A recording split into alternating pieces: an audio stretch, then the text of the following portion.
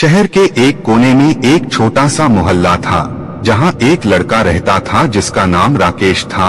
राकेश गरीब परिवार से था, लेकिन उसके सपने बहुत बड़े थे। हर दिन वह अपनी माँ को एक नई जिंदगी का वादा करता था। राकेश की माँ एक मेहनती महिला थी, जो हर दिन लोगों के घरों में बर्तन धोने का काम करती थी। राकेश का दिल तोड़ने वाला एक दिन आया जब उसकी माँ बीमार हो गई। डॉक्टर ने कहा कि उसे महंगे इलाज की जरूरत है। राकेश के पास इतने पैसे नहीं थे। वह उदास होकर बैठा था जब उसे एक पुरानी किताब मिली। उस किताब के पन्नों में उसने एक नक्शा देखा। उस नक्शे में एक खजाने की कहानी थी। राकेश ने निश्चय किया कि वह उस खजाने को खोजेगा और अपनी माँ को बचाएगा।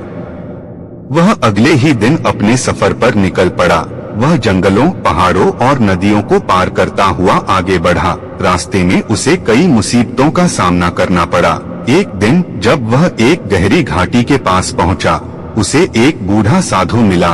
साधु ने उसे समझाया कि सही रास्ता चुनने के लिए मन की शांति जरूरी है।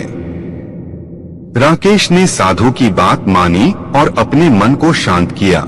उसने देखा कि नक्शे में एक छोटा सा छिपा हुआ संकेत था। उस संकेत ने उसे एक गुफा की ओर इशारा किया। गुफा के अंदर जाने पर उसे एक विशाल दरवाजा मिला, जिस पर एक पहेली लिखी थी। जिसके पास सबसे ज्यादा है वह सबसे गरीब है, और जिसके पास सबसे कम है वह सबसे अमीर है। राकेश ने सोचने के बाद जवाब दिया, संतोष।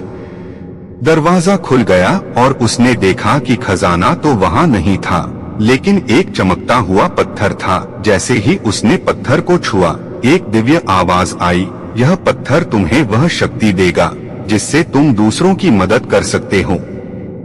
राकेश पत्थर लेकर वापस अपने गांव आया।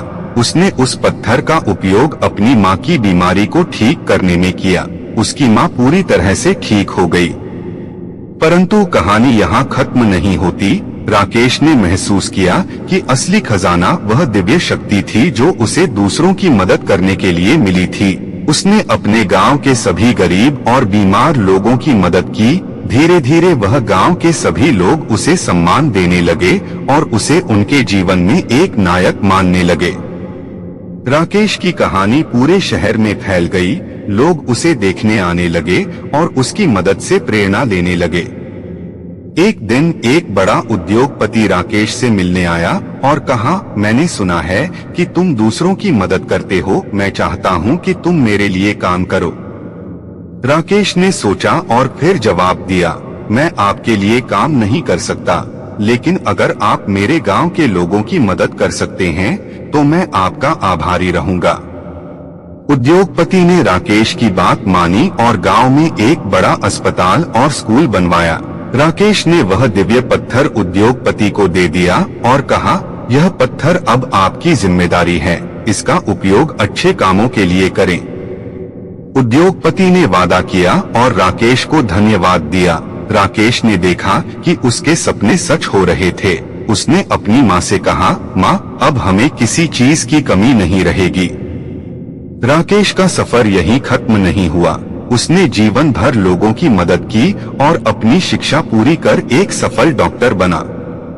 उसकी माँ गर्व से उसे देखती और कहती, तू सच में मेरा राकेश है, जिसने न केवल अपने सपनों को पूरा किया बल्कि दूसरों के जीवन को भी रोशन किया। राकेश की कहानी हमें सिखाती है कि सच्ची खुशी और संतोष दूसरों की मदद करने में है, और यही असली खजाना है जो कभी खत्म नहीं होता।